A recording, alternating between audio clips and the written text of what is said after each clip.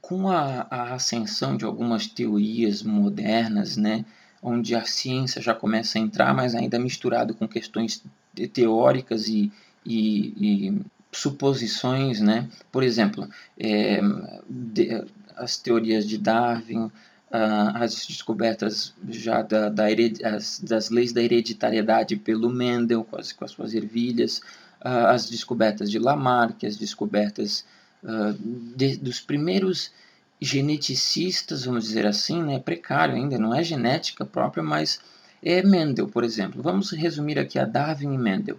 Ou seja, existe um negócio chamado seleção natural e existe um negócio chamado hereditariedade. Tá? O Mendel com as suas... todo mundo sabe, né? Que Mendel, através do estudo com as ervilhas, ele descobriu que algumas características fenotípicas, né, algumas do fenótipo, são transmitidas através da herança, eu não sei se genética a gente pode dizer assim, né, mas é o que são traços que são transmitidos pela hereditariedade. O Mendel descobre isso, o darwinismo vem entrando, a ciência vem se tornando cada vez mais sólida e começam a surgir teoristas que vão tentar aplicar as teorias do evolucionismo, da seleção natural, da adaptação ao meio, a influência do meio sobre o corpo, a genética vem surgindo, vem começando a vir as questões de construção genética, vamos dizer assim, de aperfeiçoamento do indivíduo, isso sempre a nível natural. Onde é que entra a eugenia? Quando começa a aplicar essas questões para falar da humanidade, né, da raça humana. Então, os caras começam a ter, alguns teoristas da eugenia começam a teorizar essa questão de que a humanidade ela também funciona segundo essas leis de adaptabilidade, seleção natural, herança genética, né? Isso tudo começa a ser aplicado ao ser humano. Então existem, a ideia deles é o quê? Que existem raças, as diferentes formações através da herança. Então você tem os pardos, os brancos, os negros, que são raças mesmo humanas que carregam traços adquiridos através da hereditariedade, adquiridos através da adaptação ao meio, e você tem toda uma visão já, tá entendendo? Mais evolucionista, científica, para tentar compreender a raça humana. Então isso começa a gerar ideias como melhoramento racial, melhoramento de espécies. Então você vai ver o nazismo surgindo, aquela coisa de que você pode conseguir eliminar os degenerados, eliminar pessoas que não têm o sangue bom, vamos dizer assim, ou que segundo os padrões que se criam na época, né, não estariam enquadrados naquilo que se chamaria de uma raça boa. Então, uma raça de pessoas, do que quer dizer isso? Uma raça de pessoas fortes, saudáveis, física, mental e psicologicamente, tá entendendo? Então é disso que se trata o nazismo, por exemplo, que quando Hitler vai começando a também absorver essas ideias de Mendel, de Darwin e todo esse contexto, né, que vem surgindo nos últimos séculos 19 e 20, que vem surgindo essa nova percepção sobre o meio, sobre a natureza e sobre o próprio homem. Quando você aplica isso ao homem, você está falando de eugenia. E aí é que tá. Quem foi que investiu massivamente no nazismo? A família Rockefeller. Foi através dos investimentos, né, do financiamento de Rockefeller, que Hitler conseguiu fazer boa parte do que fez. Então, através do que era chamado de Instituto Rockefeller, né, a instituição fundada pela família, uma instituição que visava o quê? Eles aplicavam todo o dinheiro deles em um projeto de eugenia. Então, a empresa Rockefeller, por exemplo, no Brasil, ela chegou aqui no Brasil pelo meados de início de 1900, quando a empresa chamada Instituto Rockefeller, ele chega no Brasil com um discurso do que era essa empresa, né? Eles investiam em saneamento, saúde, educação, uma série de elementos que na verdade já existiam no Brasil. Já existia uma série de teoristas da eugenia, alguns deles muito famosos na época, já existiam pessoas trabalhando a ideia da eugenia no Brasil, só que de uma forma positiva. Isso que eu quero frisar aqui com vocês. A eugenia ela não é algo sempre negativo, um grupo de psicóticos querendo exterminar raças inferiores e grupos considerados degenerados para poder criar uma raça pura, né? Então você elimina as maçãs podres, você cria toda uma política de casamentos e de união para que os novos indivíduos nasçam segundo boas... É que nem raça de cachorro, que você cruza certas raças para que surjam raças mais bem melhoradas, né? Aquela coisa. Então, era isso que era feito. Por exemplo, os exames pré-nupciais fazem parte da teoria da eugenia sendo aplicada, né? A eugenia foi aplicada no início de 1900, massivamente no Brasil, só que de forma positiva, porque é o seguinte, eu dei dando uma lida em alguns artigos sobre a eugenia no Brasil, né? E enquanto na Europa, com a influência de Hitler, procuravam-se a eugenia era aquela que falava assim, temos que eliminar os degenerados, as maçãs podres, para criar uma raça pura, vamos dizer assim, melhorada, né? No Brasil não. A eugenia no início do século XX no Brasil, ela não visava eliminar os degenerados. Ela visava melhorar o aspecto de um brasileiro que estava abandonado pelos órgãos públicos e pela sociedade, principalmente dos sertanejos e as pessoas longe das grandes cidades, onde o sistema, o governo não alcançava. Essas pessoas eram largadas na doença, no alcoolismo, numa vida de dificuldades, e pessoas com dificuldades, doenças venéreas, alcoolismo, estou falando alguns dos pontos que a eugenia procurava combater nessa época, né? O alcoolismo, os casamentos ruins, ou seja, casamentos de pessoas com doenças venéreas, casamentos de pessoas que já vêm de um histórico de alcoolismo, de um histórico de uma vida difícil, etc. e tal. Então você une pessoas e a criança que nasce ali já nasce já com todo esse processo já vindo dos pais, ela já nasce num ambiente podre, também num ambiente com falta de higiene, com falta de saneamento, com falta de educação. Os pais com problemas psicológicos, essa criança já nasce num ambiente familiar desestruturado, ela já vai crescer pior, sem educação, sem saúde, e se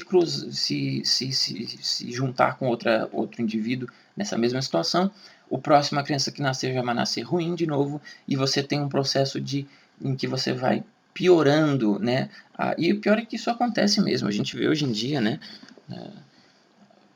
As famílias desestruturadas, as pessoas jogadas no álcool, nas drogas, em estresse, em uma vida difícil, sem dinheiro, sem educação, sem estrutura, e você vai realmente criando uma sociedade complicada. Então a visão da eugenia é essa, de você melhorar a sociedade. Então foram os eugenistas do início do século XX, eles investiam em saneamento, educação, combate ao alcoolismo, proliferação dos exames pré-nupciais, exames contra doenças venéreas, ou seja, inclusive, se não me engano, eugenia significa nascido bom, bom nascimento, ou seja, aquele que nasce em boas condições e pode gerar proles. Vocês estão entendendo que é tudo baseado no darwinismo, na seleção natural. Então eles procuravam, por exemplo, sanear, tirar as doenças venéreas, venéreas nem tanto, mas febre amarela, por exemplo, dengue, todos esses combates de órgãos públicos para deixar o ambiente mais limpo, né? Ou seja, saneamento e políticas de controle de epidemias, políticas de o pré-natal, o pré-nupcial, tudo isso é eugenia. Ou seja, não é porque o pessoal que costuma ver muitos vídeos aí na internet de conspiração, os Illuminatis e os eugenistas, meu Deus.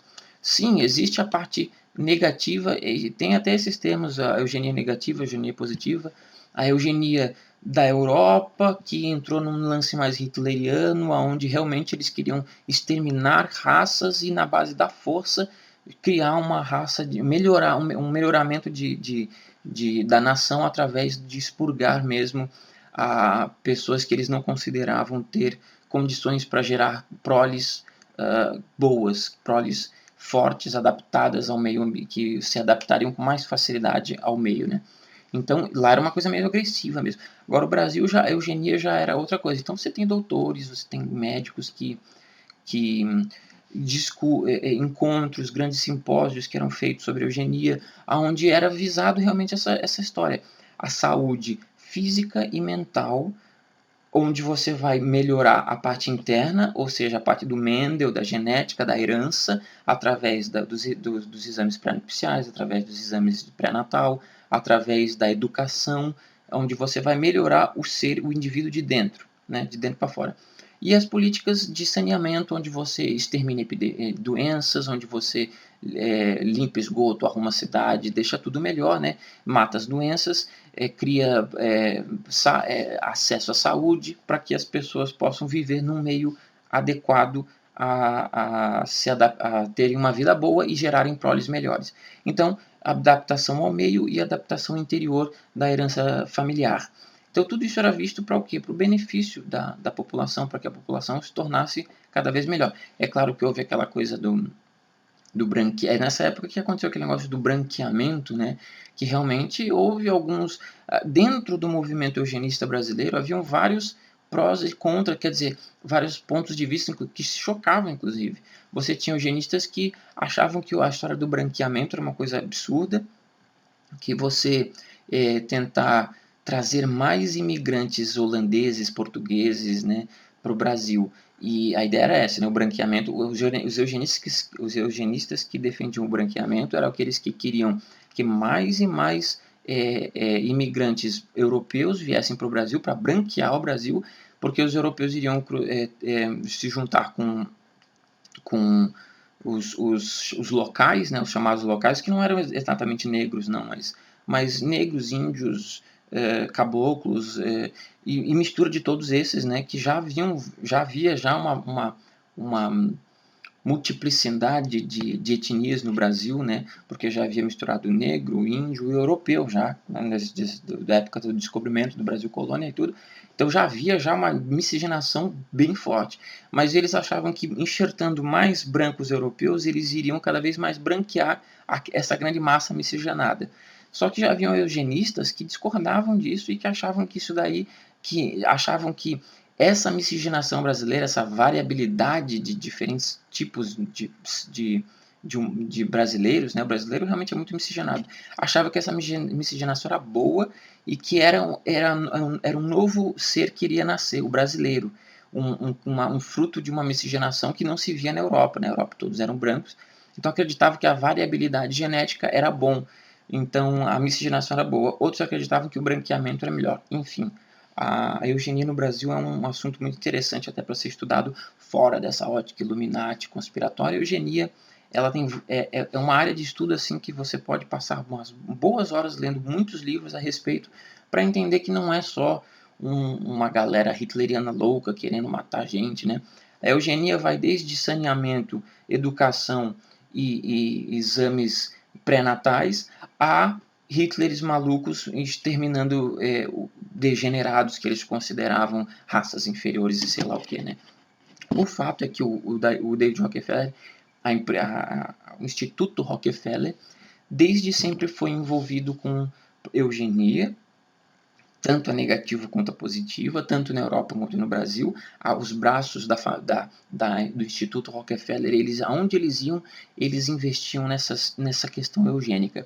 E hoje em dia são investidores do aborto, né, de cada vez mais facilitar o aborto. Então a gente vê que isso se resume o quê? Qual a grande ideia? Redução populacional. Outro tema conspiratório da internet, mas que tem fora dessa coisa conspiratória mais arraigada, nós temos também um assunto sério e que é real. De fato, há uma tendência em controle da população e parece que nesses encontros dos Bilderbergs e entre as conversas entre os poderosos e os influentes, como era o David Rockefeller, o assunto sempre é controle.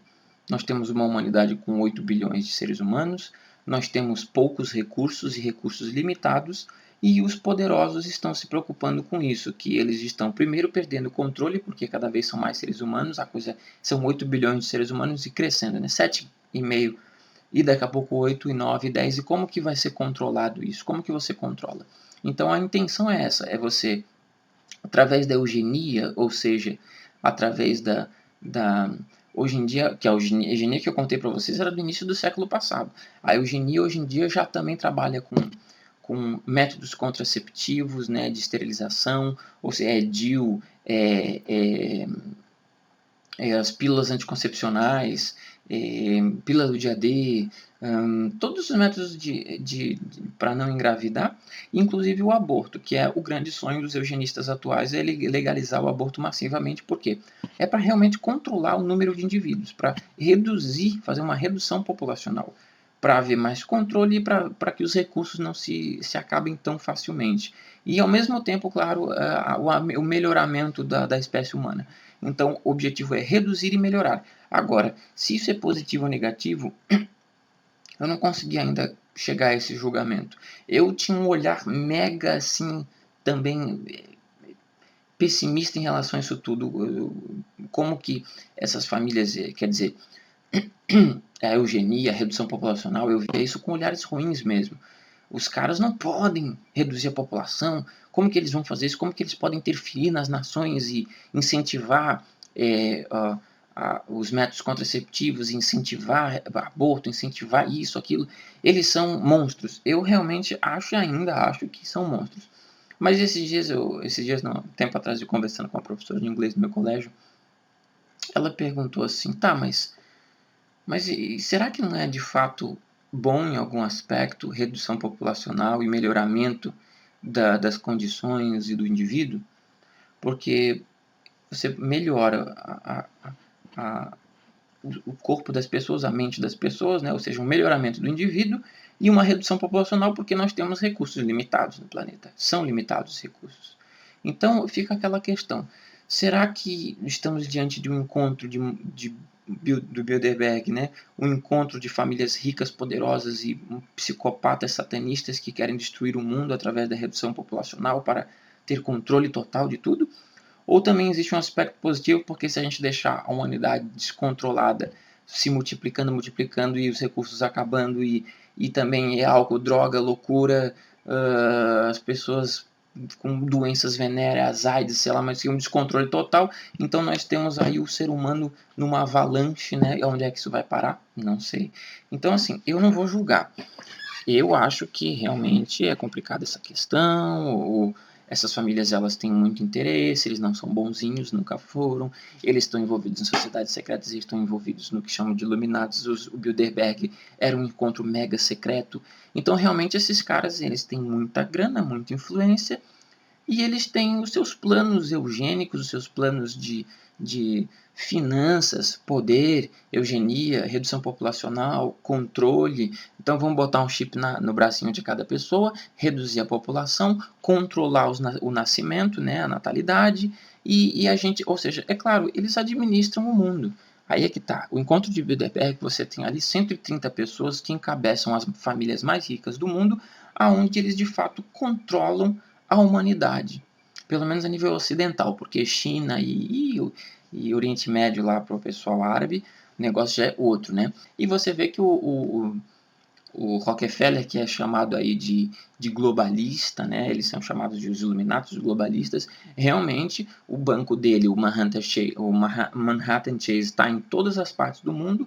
Ele é um milionário que fez mais de 200 viagens pela esfera do planeta, conhecendo várias nações e criando vários acordos comerciais. Então a gente vê que ele é um globalista, ele se admite como globalista, inclusive na sua biografia, a biografia de David Rockefeller, ele admite claramente que sim, sou culpado, sou um globalista, e então a gente pode concluir de fato que existe um grupo de indivíduos, porque eu vou fechar o vídeo, já está em 31 minutos, um vídeo longo, mas esse era o objetivo do vídeo mesmo, falar tudo sobre o Rockefeller aqui. Ou seja, Illuminati, quem sabe, líder do encontro de Bilderberg, ele era, isso é fato.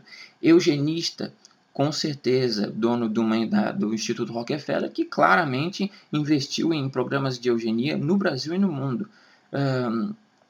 Ou seja, fiquem espertos. Se você não conhecer esse tema, estude mais, procure saber que nada é transmitido a nível público, inclusive os próprios políticos desconhecem muitos desses acordos e são vítimas dos mesmos, assim como nós. Então, a gente se vê por aí, inscreva-se no canal, curta, compartilhe com os amigos e a gente se vê no próximo vídeo. Um grande abraço.